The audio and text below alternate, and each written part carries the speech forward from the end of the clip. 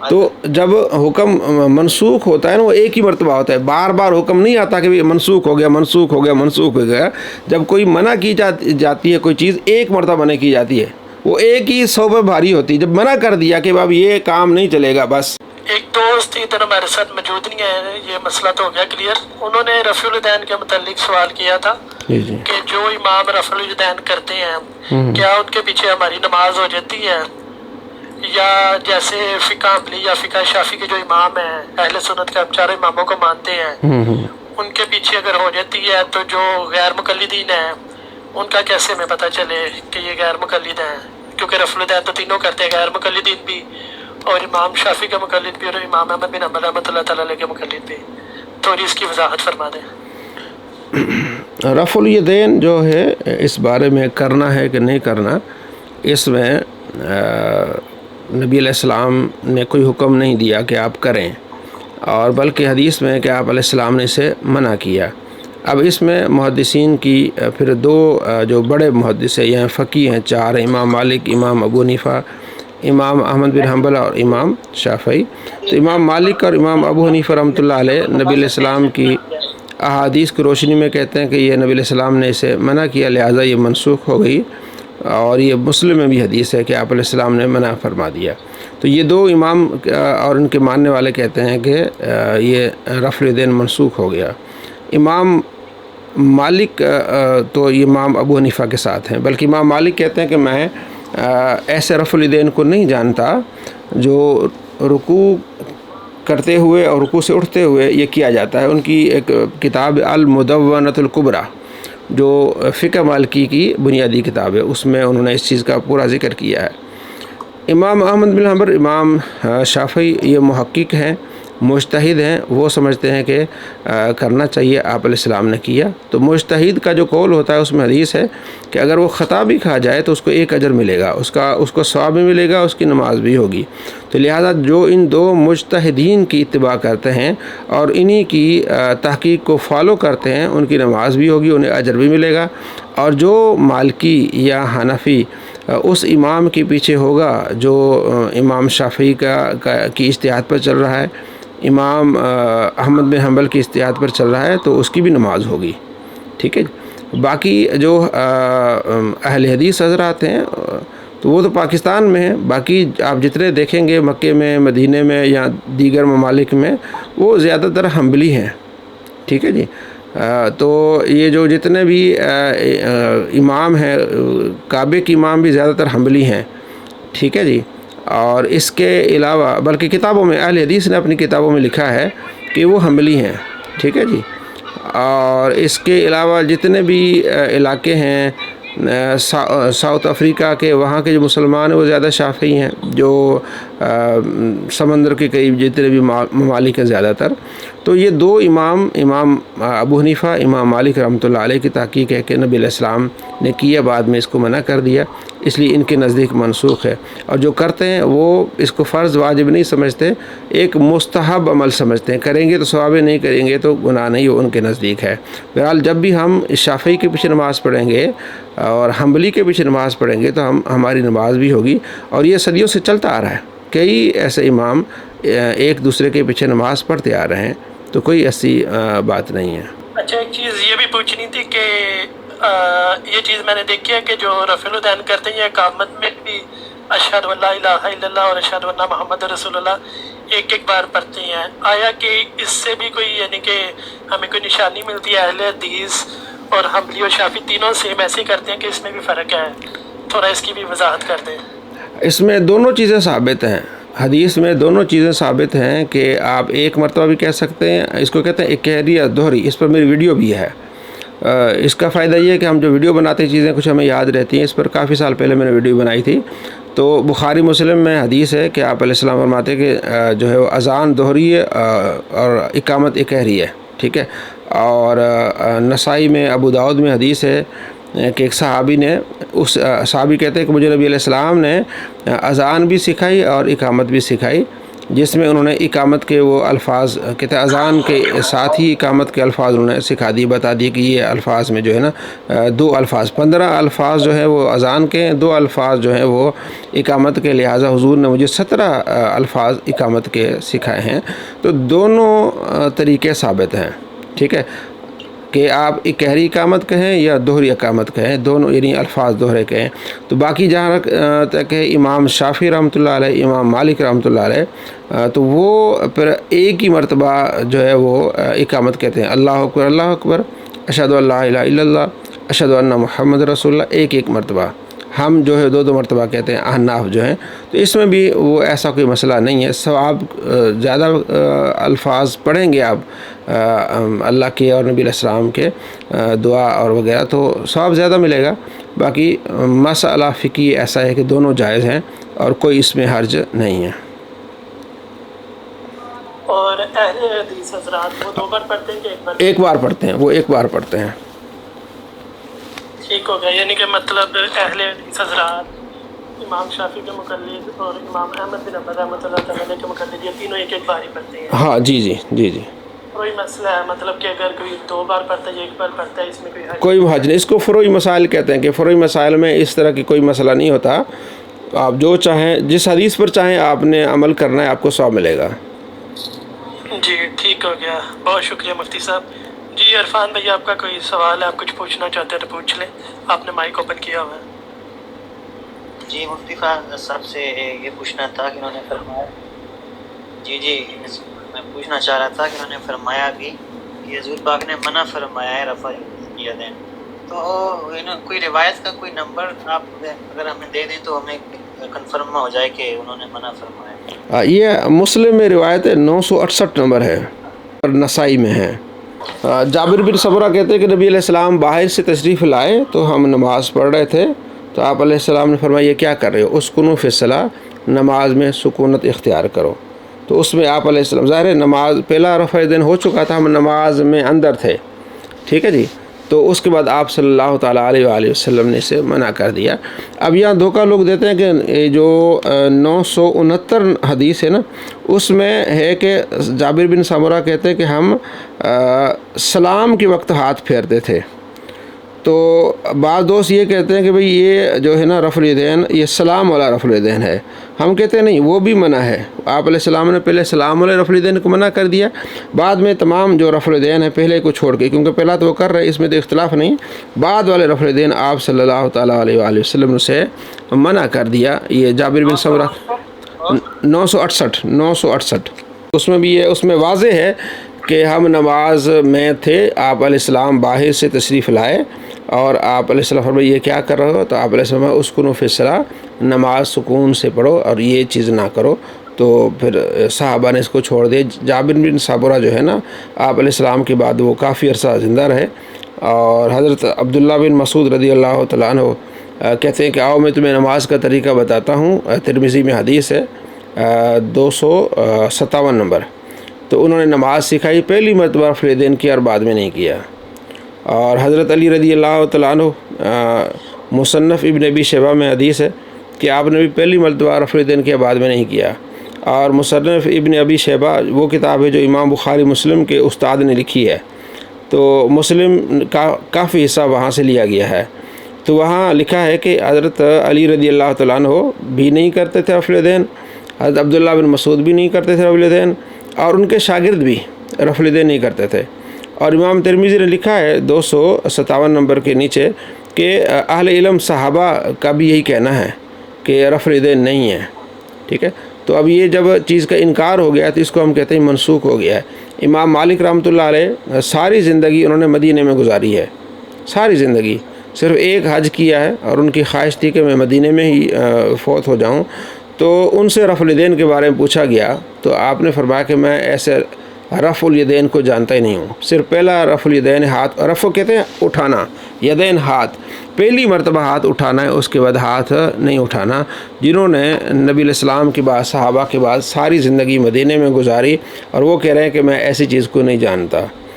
علم کے 2 شہر رہے ہیں، ایک مدینہ رہا ہے جس میں آپ علیہ السلام اور صحابہ، دوسرا علم کا شہر رہا ہے کوفہ، کیونکہ مولا علی رضی اللہ تعالیٰ عنہ کا خلیفہ جو آپ بنے تھے تو آپ نے خلافت کا سارا عرصہ جو ہے کوفے میں گزارا ہے، اور کوفے میں پھر بہت سارے بڑے بڑے صحابہ وہاں چلے گئے، عبداللہ بن مسعود وہاں چلے گئے، دیگر ایک صحابی سے پوچھا کہ بھائی میں نے مسئلہ پوچھنا، انہوں نے کہا جی کہاں سے ہے؟ انہوں نے جی کوفہ سے، ان کا جا کے عبداللہ بن مسعود سے پوچھو۔ تو کوفہ میں جتنے بھی محدثین ہیں وہ بھی نہیں کرتے تھے، امام ابو حنیفہ نے بھی، کیونکہ انہوں نے دیکھا کہ مولا علی نہیں کرتے تھے، ان کے شاگرد نہیں کرتے تھے، عبداللہ بن مسعود نہیں کرتے تھے، تو علم کے یہ دو شہر تھے، مدینہ اور کوفہ۔ مدینہ نبی علیہ السلام اور جو ہے وہ کوفہ مولا علی رضی اللہ تعالیٰ عنہ۔ تو یہ پوری اس ہسٹری میں ہے کہ وہ نہیں کرتے تھے۔ پھر کیا کیوں گیا؟ اس کی وجہ یہ ہے، جی بالکل صحیح ہو گیا۔ وہ کیا اس لیے گیا کہ جنہوں نے آپ علیہ السلام کے ساتھ پیچھے نماز پڑھی، جب آپ علیہ السلام رفع دین کرتے تھے تو وہ چلے گئے، انہوں نے جا کے شام میں مصر میں جا کے انہوں نے نماز کا طریقہ وہی سکھایا بتایا جو آپ علیہ السلام نے کیا، ٹھیک ہے جی۔ اب جو اینڈ پہ رہتے ہیں بات ان پر ہوتی ہے کہ جو اینڈ پہ رہے ہیں وہ کون ہیں؟ صاحب النالین والوسادہ کہتے ہیں عبداللہ بن مسعود کو، کہ آپ علیہ السلام کی نالین اٹھانے والے، آپ کا تکیہ اٹھانے والے، تو ہر وقت آپ علیہ السلام کے ساتھ رہتے تھے، مکے میں بھی اور مدینہ میں بھی۔ وہ یہ بتاتے ہیں کہ نماز کا طریقہ یہ ہے۔ مولا علی جنہوں نے آپ علیہ السلام کو غسل دیا، وہ یہ بتاتے ہیں کہ نماز کا طریقہ یہ ہے۔ تو جو پہلے صحابہ جنہوں نے دیکھا تو ظاہر انہوں نے دیکھا تو انہوں نے اسی طرح بتانا ہے۔ اب ہم نے دیکھنا یہ کہ آخری عمل کیا ہے۔ تو یہاں ایک اور میں آپ کو مثال دوں اس بات پر، آپ صلی اللہ تعالیٰ علیہ وآلہ وسلم گھوڑے سے گرے اور آپ کو چوٹ آ گئی، تو آپ نے 1 مہینہ تقریباً آپ نے گھر پہ نماز پڑھی، چھت کے اوپر وہاں کمرہ بنا ہوا تھا، تو صحابہ آتے تھے تو آپ علیہ السلام پھر وہاں جماعت کرایا کرتے تھے، تو آپ علیہ السلام بیٹھ کے نماز پڑھتے تھے۔ تو حکم یہ دیا کہ جب امام بیٹھ کے نماز پڑھے تو مقتدی بھی بیٹھ کے نماز پڑھیں، یہ حکم تھا۔ تو ظاہر ہے جو اس وقت صحابہ آئے انہوں نے پھر گئے، جہاں جہاں جائیں گے تو انہوں نے یہی تعلیم دینی ہے کہ نبی علیہ السلام فرماتے ہیں امام بیٹھ کے نماز پڑھے تو تم بھی بیٹھ کے نماز پڑھو۔ لیکن آخری عمل جو تھا، جو آپ علیہ السلام نے آخری نماز با جماعت ادا کی ہے، اس میں آپ علیہ السلام حضرت ابوبکر نماز پڑھا رہے تھے، ظہر کی نماز تھی، غالباً جمعرات کا دن تھا، اس کے بعد آپ مسجد میں نہیں آئے، تو آپ علیہ السلام گئے تو حضرت ابوبکر نماز پڑھا رہے تھے، تو آپ علیہ السلام پھر وہاں پہنچے، حضرت علی اور حضرت عباس آپ کو لے گئے، تو آپ علیہ السلام حضرت ابوبکر کے قریب بیٹھ گئے، آپ بہت زیادہ کمزور ہو گئے تھے، تو آپ بیٹھ گئے، تو حضرت ابوبکر کے امام تھے حضرت سرکار دو عالم صلی اللہ تعالیٰ علیہ وآلہ وسلم، تو آپ علیہ السلام بیٹھ کے نماز پڑھا رہے تھے، پیچھے حضرت ابوبکر جو کھڑے ہو گئے اور صحابہ بھی پیچھے کھڑے ہو کے نماز پڑھا رہے تھے۔ تو اب جو پہلی حدیث ہے کہ حضور نے فرمایا کہ امام بیٹھ جائے تو تم بھی بیٹھ جاؤ، سارے محدثین کہتے ہیں کہ آخری عمل کی وجہ سے وہ پہلا عمل منسوخ ہو گیا۔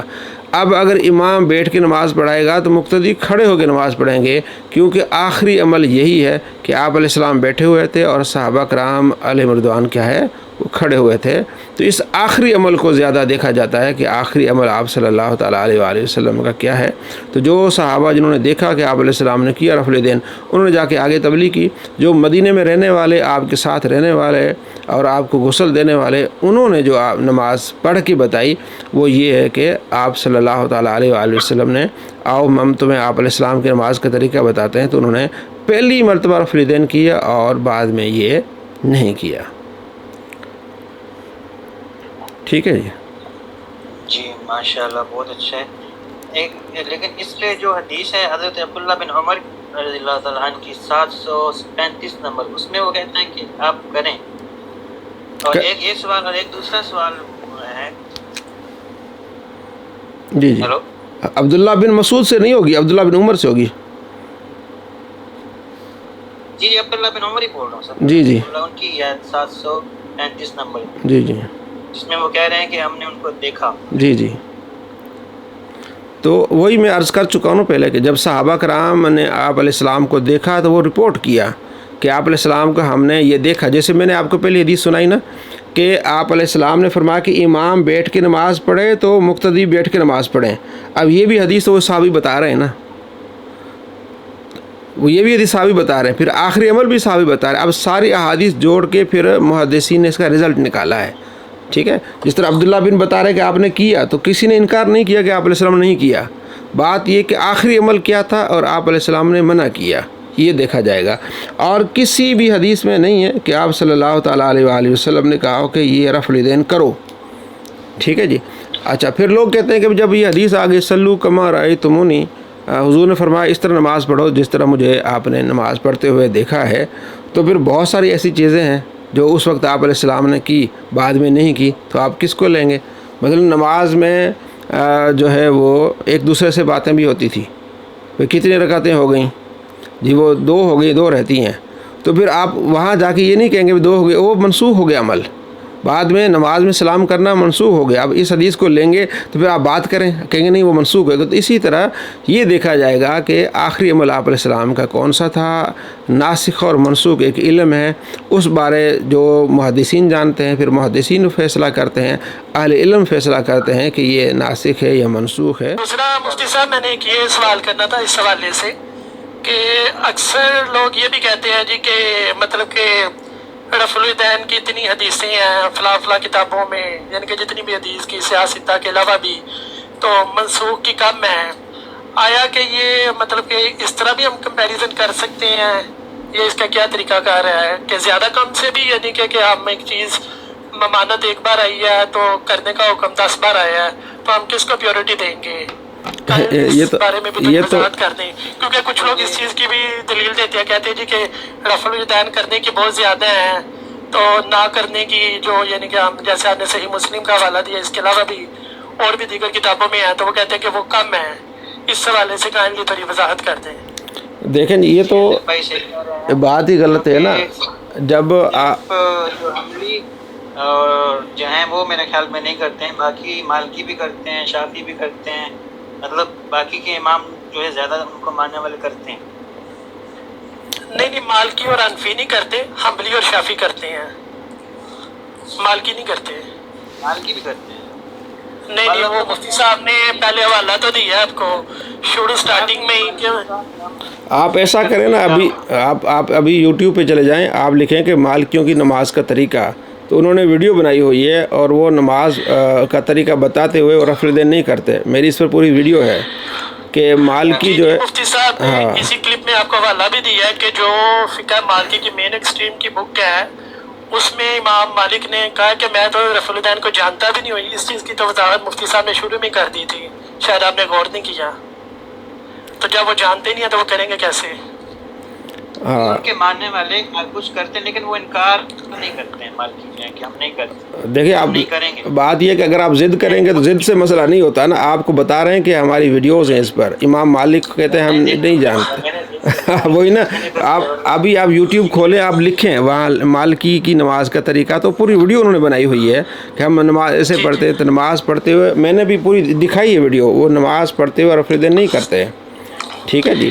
تو بات اب آپ کی سوال آپ کا جو ان کی کتاب کے اندر مین ایکسٹریم کی جو بک ہے فقہ مالکی کی، اس کے اندر جب حوالہ مل گیا پھر کچھ کریں یا نہ کریں مانا تو ان کی دلیل کو جائے گا نا. ٹھیک ہے جی. دوسری بات یہ کہ کرنے کی جو ہے وہ زیادہ ہے، نہ کرنے کی ایک تھوڑی ہے. بات یہ ہے کہ نہ کرنے کی تقریباً ایک ہے. ہاں، نہ کرنے کی ایک ہی کافی ہوتی ہے. جیسے جب آپ کسی کام سے روکتے ہیں نا، ایک ہی مرتبہ روک لیتے ہیں، آپ روزانہ نہیں روکتے ہوتے. آپ نے ایک ہی مرتبہ منع کر دینا ہوتا ہے بھی آپ نے آج کے بعد یہ کام نہیں ہوگا، بس. وہ آپ ڈیلی نہیں بتاتے. آپ ڈیلی بتائیں گے تو مطلب یہ کہ آپ اتباع نہیں کر رہے. تو جب حکم منسوخ ہوتا ہے نا، وہ ایک ہی مرتبہ ہوتا ہے، بار بار حکم نہیں آتا کہ منسوخ ہو گیا منسوخ ہو گیا منسوخ ہو گیا. جب کوئی منع کی جاتی ہے کوئی چیز، ایک مرتبہ منع کی جاتی ہے، وہ ایک ہی 100 پہ بھاری ہوتی ہے. جب منع کر دیا کہ اب یہ کام نہیں چلے گا بس. اب مثلا آپ کو کئی سال جو ہے نا وہ جمعے کی چھٹی ہوا کرتی تھی، ٹھیک ہے نا. اب میرے خیال میں 1997 کے بعد جمعے کی چھٹی ختم ہوئی ہے. اگر آپ کوئی کہے کہ 1947 سے لے کر 1997 تک بھائی اتنے سال جو ہے وہ میں آپ کو بتاتا ہوں. 1985 میں بھی جمعے کی چھٹی تھی، 1990 میں جمعے کی چھٹی تھی، 1972 میں جمعے کی چھٹی تھی. بھائی ایک مرتبہ 1997 میں کہہ دیا کہ بھائی آج کے بعد جمعے کی چھٹی نہیں ہوگی، اتوار کی چھٹی ہوگی، بس ایک مرتبہ اعلان ہو گیا. جب ایک مرتبہ آپ علیہ السلام نے کہہ دیا کہ یہ نہیں کرنا، ایک ہی کافی ہوتا ہے. کسی چیز کو منع کرنے کے لیے بار بار نہیں لوٹایا جاتا. بار بار لوٹانے کا مطلب یہ ہے کہ لوگ مان نہیں رہے. بھئی ایک ہی مرتبہ منع کیا، سب مان کے بس ٹھیک ہے نہیں کرنا. تو منع کا ایک ہی ہوتا ہے، جو کرنے کے زیادہ ہوتے ہیں۔ دیکھا کہ بھئی 1988 میں بھی ہم نے دیکھا کہ جمعے کے دن نماز کے بعد چھٹی تھی، ہم چھٹی کیا کرتے تھے۔ 1982 میں بھی، 1988 میں بھی۔ بھائی جب ایک مرتبہ قانون بن گیا کہ اب آپ نے جمعے کی چھٹی نہیں کرنی، آپ نے اتوار کی چھٹی کرنی، بس ایک ہی، اس کے بعد ختم ہو گئی ہر چیز۔ تو اب اس چیز کا ڈھنڈورا میں نے جیسے ابھی آپ کو بتائی کہ ایک ہی حدیث ہے، آپ علیہ السلام کا آخری عمل جو ہے وہ یہ ہے کہ آپ علیہ السلام بیٹھے ہوئے تھے، صحابہ کھڑے ہوئے تھے، بس یہ عمل ہے، حکم بھی نہیں ہے۔ دوسری طرف حکم ہے کہ آپ علیہ السلام فرماتے ہیں امام بیٹھے تم بھی بیٹھ جاؤ، اب وہاں حکم ہے۔ اب یہ عمل، آخری عمل ایک ہی مرتبہ آپ علیہ السلام نے کیے، ایک ہی مرتبہ، اور جو وہاں پورا مہینہ آپ علیہ السلام نے نماز پڑھائی، صحابہ نے اس کو رپورٹ کیا۔ اب آپ یہ نہیں کہیں گے کہ جناب علی پورا مہینہ آپ علیہ السلام بیٹھ کے نماز پڑھتے رہے، صحابہ بیٹھ کے نماز پڑھتے رہے، وہ اس کی تو اتنی حدیثیں ہیں، وہ تو بخاری میں، مسلم میں، نسائی ابن ماجہ میں اتنی حدیثیں۔ بھائی ایک ہی حدیث میں جب آپ علیہ السلام نے دکھا دیا کہ میں بیٹھا ہوا ہوں اور صحابی کھڑے ہوئے ہیں، تو اس پر آپ نے انکار نہیں کیا، وہ تو یہ سمجھو کہ وہ منسوخ ہو گیا۔ اسی کو لیکن حضرت ایک بات ہے نا کہ حضور پاک جب اس طرح کی کوئی چیز منع کرتے تو وہ 3 بار دہراتے تھے، مطلب جو اس طرح کا کوئی خصوصی حکم ہوتا یا کوئی خصوصی بات ہوتی یا وہ کوئی خصوصی ہدایت کرتے تھے، اس کو 3 بار دہراتے تھے کہ ایسا نہ کرو، یا مطلب اس کو ان کا ایک یہ سنت ہے کہ 3 بار اس کو وہ دہرا دیتے تھے۔ نہیں، آپ چاہتے ہیں کہ 3 مرتبہ دہرائیں گے تب ہوگی، یہ ہر بات کو ایسا ہوتا ہے۔ وہ اس طرح حدیث کوئی بات کہہ رہا ہوں سر جی کہ ان کی ایک سنت ہے کہ وہ جب نہیں، اس طرح کی بات دیکھیں ہر بات وہ ہوتا تو کہ خاص کہیں آپ نے جنگی، کہیں آپ نے کوئی چیز آپ نے بھیجنا ہوتا تھا، لشکر یا اس طرح کی چیز ہوتی تھی، تو آپ صلی اللہ تعالیٰ علیہ وآلہ اس کو 3 بار دہراتے تھے۔ اب اس 3 بار والی دہرانے والی چیز کو آپ اٹھا کے ہر چیز پر فٹ نہیں کر سکتے، پھر آپ کو کئی ایسی مثال، ہاں تو بس آپ ایسی چیزوں کو فٹ نہیں کریں گے نا۔ تو بات یہ ہے کہ جب آپ علیہ السلام کا بعض اوقات عمل کافی ہوتا ہے، بعض اوقات آپ علیہ السلام کا اشارہ کافی ہوتا ہے، کسی چیز کو ختم کرنے کے لیے، منسوخ کرنے کے لیے عمل، اشارہ، بات، یہ بہت سارے ایسے قرائن ہوتے ہیں جس سے پتہ چل جاتا ہے کہ آپ صلی اللہ تعالیٰ علیہ وآلہ وسلم اب اس عمل کو نہیں کر رہے۔ ٹھیک ہے جی۔